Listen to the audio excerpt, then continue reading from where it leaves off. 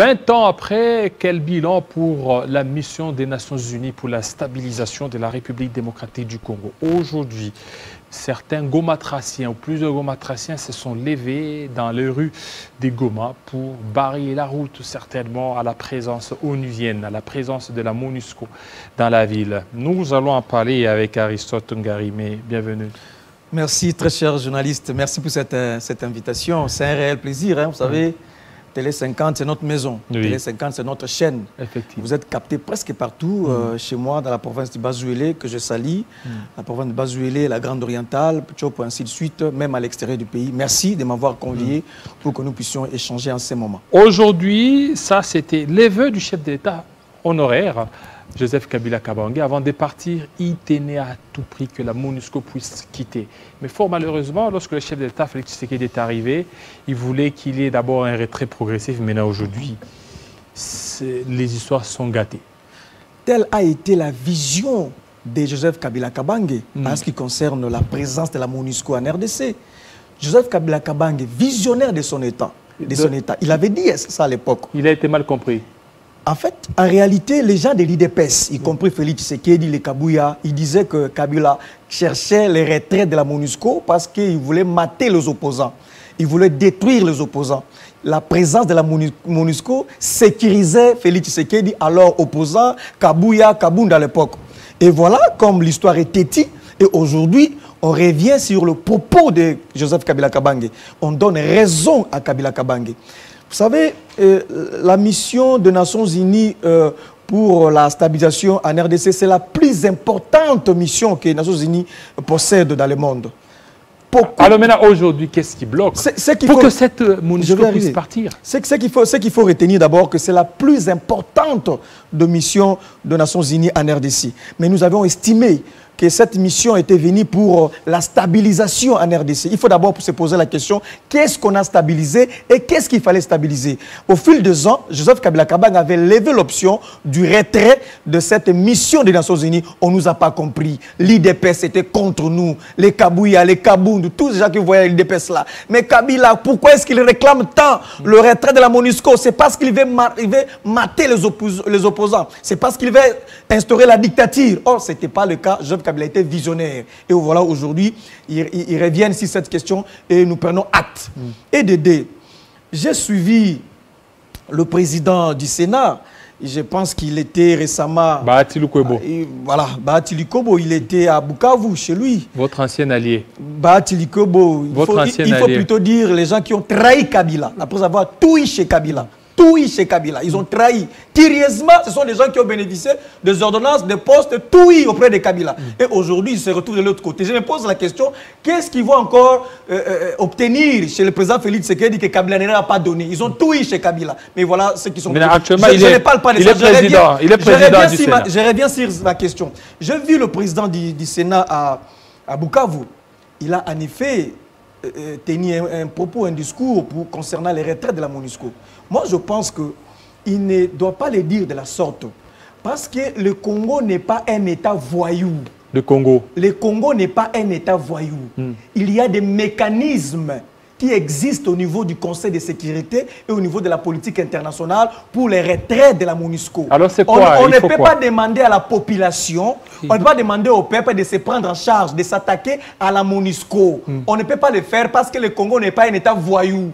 Pour que cette mission se retrouve en RDC, il y a eu toute une procédure. Alors ce qui se passe là, si aujourd'hui il arrivait quelque chose de mauvais, de mal au niveau de Bukavu, ainsi de suite, qu'est-ce qu'on va dire? Donc ce n'est pas une bonne approche d'appeler la population à chasser la MONUSCO. J'ai dit que le Congo n'est pas un État voyou, monsieur. Oui. On ne chasse pas la MONUSCO ainsi. Alors il faut quoi? Il faut suivre la procédure. C'est quoi cette procédure? Il faut saisir le Conseil de sécurité. Vous savez, c'était...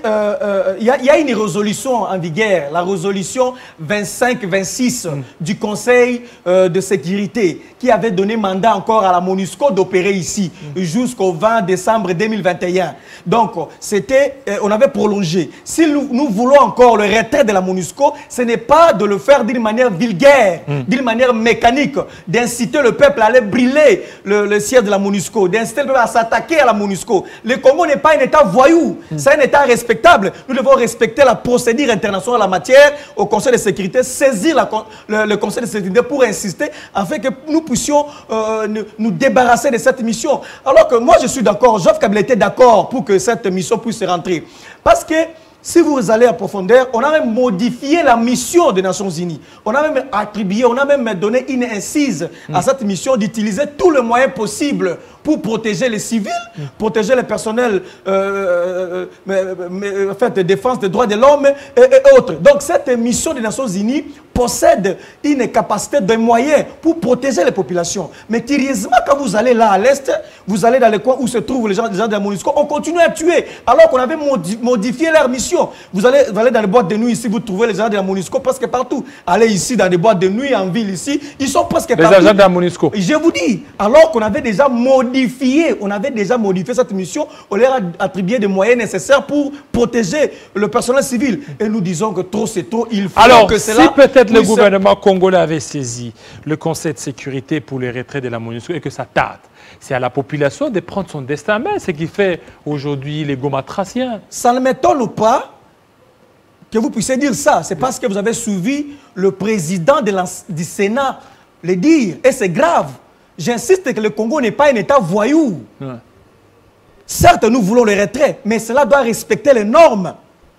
Cela doit respecter la procédure. Joseph Kabila Kabange disait à l'époque, même au niveau du Conseil de sécurité, on en va envoyer des émissaires. Vous voulez aujourd'hui monter le gomatracien, les gens de Bukavu, à s'attaquer à la MONUSCO. Et s'il y a des morts, et s'il y a mort d'hommes, qui sera responsable? Donc le Congo n'est pas un État voyou. On veut faire de RDC un État voyou. Et malheureusement, c'est un président d'une chambre qui pince à rire, les relaye ainsi. Et c'est extrêmement grave. Donc nous sommes d'accord qu'il y ait le retrait de la MONUSCO parce que Joseph Kabila Kabange était le premier à initier cette démarche. C'est d'abord Joseph Kabila Kabange que Félix Tshisekedi et Kabouya n'étaient pas d'accord à l'époque quand ils étaient dans l'opposition. Maintenant qu'ils ont compris que Joseph Kabila avait raison pour que la MONUSCO puisse quitter la RDC, il faut le faire, mais nous disons une seule chose, il faut le faire avec des normes, pas comme un État barbare. Pas comme un État violent, pas comme un État voyou, mais il faut le faire suivant des normes. Mais ça prend du temps. Mais ça prend du temps. Mais il faut le faire parce que d'abord... Cette procédure prend du temps. Regardez, on avait trouvé un accord pour qu'il y ait des retraits progressifs. Oui. Progressif. C'est déjà ce que nous avons gagné à l'époque. Il faut qu'il y ait des retraits, oui, mais d'une manière, manière progressive. Est-ce que c'est progressif? C'est là qu'il faut insister. Oui. Consulter l'histoire. Il y avait je sais qu'il y a eu des retraits progressifs. Voilà, c'est comme ça qu'il faut le faire. Mais appeler la population à s'attaquer à la MONUSCO, ça c'est être barbare, c'est un État voyou, comment? Et le président d'une chambre le dire, c'est grave. Monsieur, s'il y a mort d'homme, qu'est-ce que vous allez dire? Donc il faut le faire d'une manière civilisée, en respectant la politique internationale. Nous sommes tous contre. Kabila aussi était contre. Vous avez vu Kabila nous demander à nous, ces lieutenants, ces communicateurs, de tenir de tels propos pour dire attaquez-vous à la MONUSCO. Il faut les faire partir par la force. Et il faut les ravir leurs biens. Il faut les tuer, ainsi de suite. Ça, c'est irresponsable. Mais déjà, le gouvernement a demandé... Il faut le faire d'une manière progressive, en respectant le principe et tous les droits y afférents. A dit toutes les personnes qui auraient commis certains abus, ils seraient traduits en justice. Comment sommes-nous arrivés là? C'est parce qu'il y a eu la présence d'un président d'une chambre qui a demandé, qui a tenu un propos, un discours. À la suite de ces discours-là, c'est alors qu'on enregistre de tels cas, des dérapages. Et c'est grave, ça ne peut pas s'expliquer. Mais Kabila aussi était contre. Il voulait que la MONUSCO puisse quitter la RDC. Est-ce que avions-nous pris les armes pour les chasser, pour les tuer? Alors aujourd'hui, la MONUSCO... Il faut tirer toutes les conséquences. Je crois que la politique internationale, la scène internationale attire toutes les conséquences pour voir ce qui se passe. Alors la MONUSCO, une fois qu'elle partait aujourd'hui, est-ce que vous avez tenu compte aussi de nos confrères, ceux qui travaillent au niveau des radios Kapi et tout ça s'ils partaient? Joseph Kabila Kabange, génie qu'il était, Il avait dit qu'il faut soit modifier la mission des Nations Unies, voir comment réadapter ça aux nouvelles réalités. C'était en effet comme ça, il fallait faire. Parce que vous soulevez un cas important, très important d'ailleurs, qu'il fallait en tenir compte. Mais il suffit de modifier cette mission, de voir comment, parce qu'ils ont d'ailleurs une radio ici. Une radio, voilà. Effectivement, il y a des Congolais qui sont là. Avec de personnel, ce sont des Congolais. Nous estimons qu'on peut revoir, qu'on peut réadapter leur mission aux besoins de la RDC. Voilà, on vient de recevoir la réaction du professeur Bahati qui dit qu'il n'a jamais tenu de tels propos. Qui a dit ça? Et donc le professeur Bahati dit qu'il n'a jamais il vient de vous appeler. Il dit qu'il n'est pas d'accord. N'est pas d'accord avec vos accusations. Donc lui n'a jamais dit à la population d'aller s'attaquer aux installations onusiennes.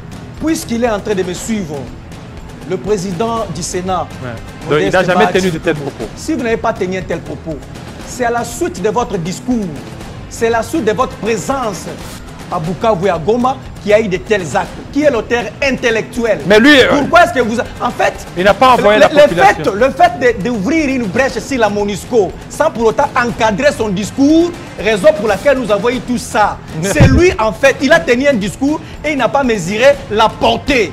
Donc, politiquement, intellectuellement, c'est en effet lui. Parce que c'est lui qui a tenu un tel propos. Et je dis que c'est pas normal. Voilà, merci beaucoup. Nous sommes contre la MONUSCO, mais il faut le faire d'une manière progressive, civilisée. Nous ne sommes pas un État voyou. Merci. Nous devons respecter la politique internationale. Aristote Ngarimé, ça a toujours été chaud. Il y a vous, il y a Jimmy Kitenge, il y a Chibent. Chaque fois quand on vous reçoit, c'est chaud sur les plateaux. Merci à vous, Aristote Ngarimé. Merci à tous nos téléspectateurs, ceux qui nous suivent à partir des Goma. Il y a la question relative à Kaboul. Vous n'avez pas abordé cette question? Non, le temps nous fait défaut. C'est quand même... nous y reviendrons. Mais je regrette beaucoup par rapport au traitement réservé aux agents de la MONUSCO. Nous y reviendrons, je suis très déçu. effectivement. Restez branchés sur Télé 50. Tout à l'heure, la grande édition de Grâce Salambo, il sera 20h à l'Est, 20h à Goma, 19h ici à Kinshasa. Portez-vous très bien et à très bientôt.